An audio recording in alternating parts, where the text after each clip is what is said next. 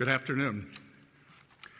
Today, at President Trump's direction, the United States Treasury has begun Operation Economic Outcast, an unprecedented campaign against the Islamic Republic of Iran and its enablers.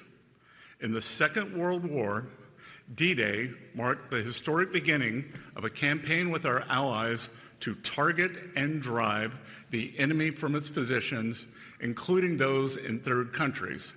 Today, in that same spirit, we are launching an economic onslaught against Iran's financial connections around the globe. Our objective is to sever every economic lifeline that sustains this tyrannical regime until Tehran stands alone. Iran's fanatics devote themselves to death to America and seek nuclear weapons to do just that. They have murdered and maimed more of our citizens and service members than any other terrorist regime on earth. And they have been at war against America, their neighbors in the Gulf, and much of the world for 47 years. President Trump has taken action that his predecessors have long deferred. And under his leadership, America is no longer managing the Iranian threat. We are ending it. Our great armed forces have laid the groundwork for achieving the President's objective of preventing Iran from ever obtaining nuclear weapons. They have shown America's resolve to finally end this threat. And the strength of America's economy under President Trump allows us to wage this sustained financial operation alongside the might of our military.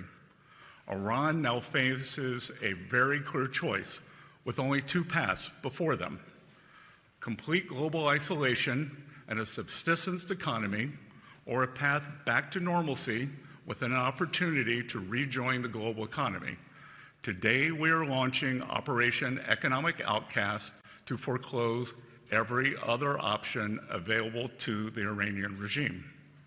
Treasury has mapped every node, every facilitator, and every network that Iran has used to smuggle oil and evade sanctions. Beginning today, the actions of Treasury and other agencies will tighten the noose and block every potential source of revenue that funds the IRGC and the evil Iranian regime. We are enforcing a zero-leakage approach. There will be no minimal breathing space for the regime to rebuild its capacity to inflict terror against America and the world. The final refuge of this regime is the mistaken conclusion of nations that still finance the Iranian threat in the hopes of evading it. It is no longer acceptable to operate in the gray spaces of this conflict. Countries cannot claim they are blind to enabling this activity. Iran's enablers purchase, transport its petroleum. They facilitate the flow of its finances through exchange houses and free trade zones. They welcome Iran's flights and maintain registries on its behalf. They turn a blind eye to seaborne fuel transfers and overland transits. They condone illicit use of their banks, all the while concealing the extent of their complicity. The President is making phone calls to world leaders with specific requests to cease their interactions with the regime. We are already seeing results.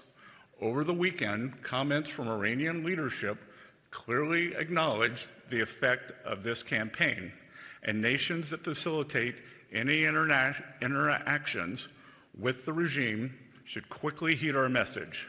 Those who stand with the United States will reap the rewards of our partnership. Those who tether themselves to the Iranian regime should expect to share in the isolation of a withering regime. Teams from Treasury, State, and the U.S. military are now meeting with their global counterparts to tell them that the United States expects action.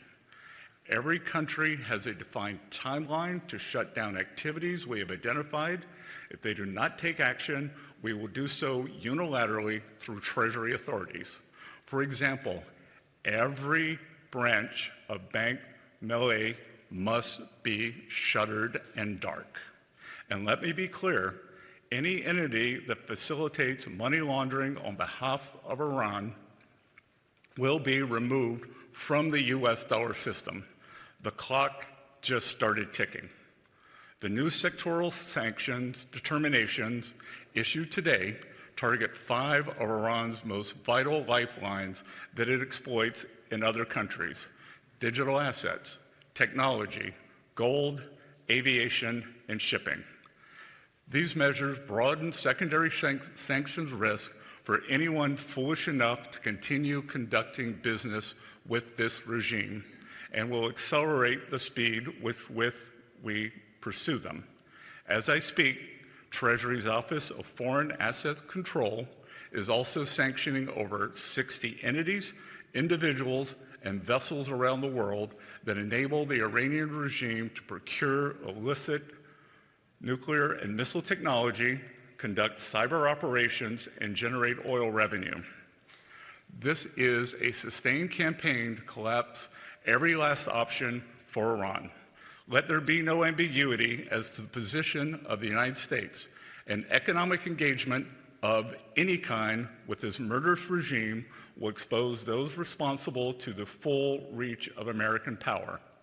For decades, this regime has drawn strength from a calculus that regards Iranian retaliation as certain and American enforcement as negotiable. Under President Trump, that era is over. To the ordinary soldiers supporting this regime, as more and more of your paychecks stop or are supposedly just delayed, ask whether your commanders are leading your country to triumph or to ruin.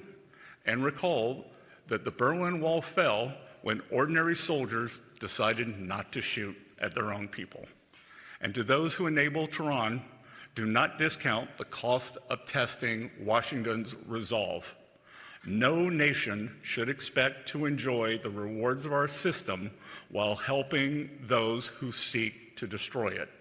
It is now a time for world leaders to make a decision between prosperity and isolation, peace and terror, America and Iran. The campaign we begin today will gather force with every day that follows, and it will not end until this regime stands alone.